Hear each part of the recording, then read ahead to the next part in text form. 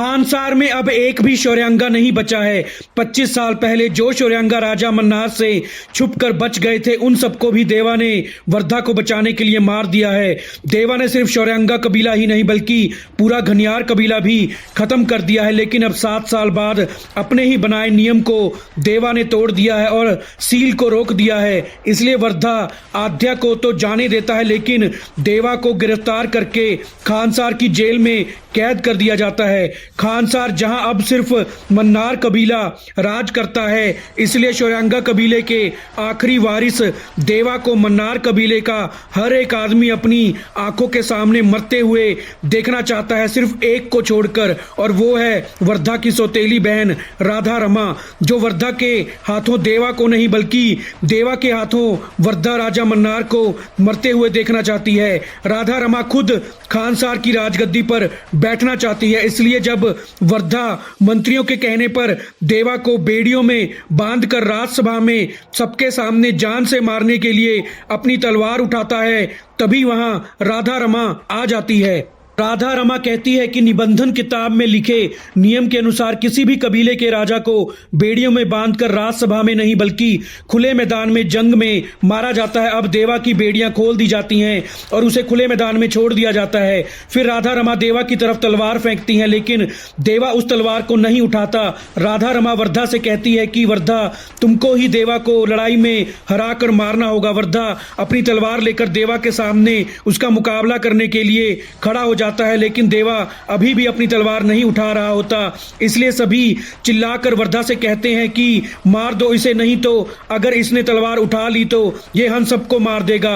अभी वर्धा देवा की तरफ तलवार लेकर बढ़ने ही वाला होता है कि तभी खानसार में एक हेलीकॉप्टर एंटर होता है और उस हेलीकॉप्टर से नीचे उतरने वाला होता है देवा का पिता धारा। धारा को जिंदा देखकर खानसार के सभी लोग हैरान हो जाते हैं और डर जाते हैं। धारा के कहने पर खानसार के गेट्स खोल दिए जाते हैं और एक बहुत बड़ी आर्मी खानसार में एंटर हो जाती है। राधा रमा मन्नार कबीले की आर्मी को धारा पर और उसकी आर्मी पर हमला करने के ऑर्डर्स दे देती हैं। राधा रमा असल में सोच रही थी कि वर्धा देवा के हाथों मारा जाएगा और वर्धा के मरने के बाद मन्नार कबीला कभी देवा को अपना राजा नहीं बनाएगा। इसलिए राधा रमा खुद को खानसार की गद्दी पर बैठते हुए देखना चाहती थी, लेकिन क्योंकि अब शौर्यांगा कबीले का सरदार धारा वापिस आ गया है, इसलिए निबंधन किताब में लिखे नियम के अनुसार धारा ही खानसार का अगला राजा बनेगा। इसलिए अब राधा रमा पहले धारा को मारना चाहती है और फिर देवा और वर्धा को।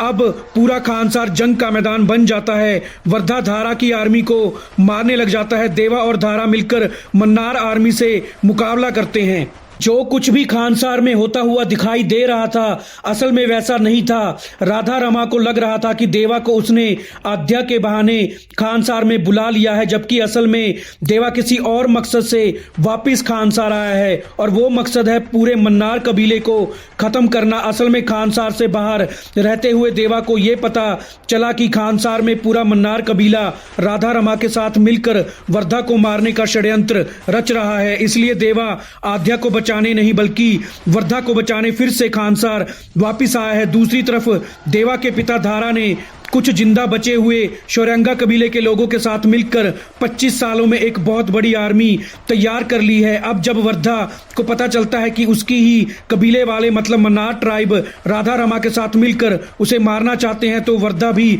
देवा के साथ मिल जाता है। अब देवा, वर्धा और धारा तीनों मिलकर खानसार से पूरे मन्नार कबीले को खत्म कर देते हैं।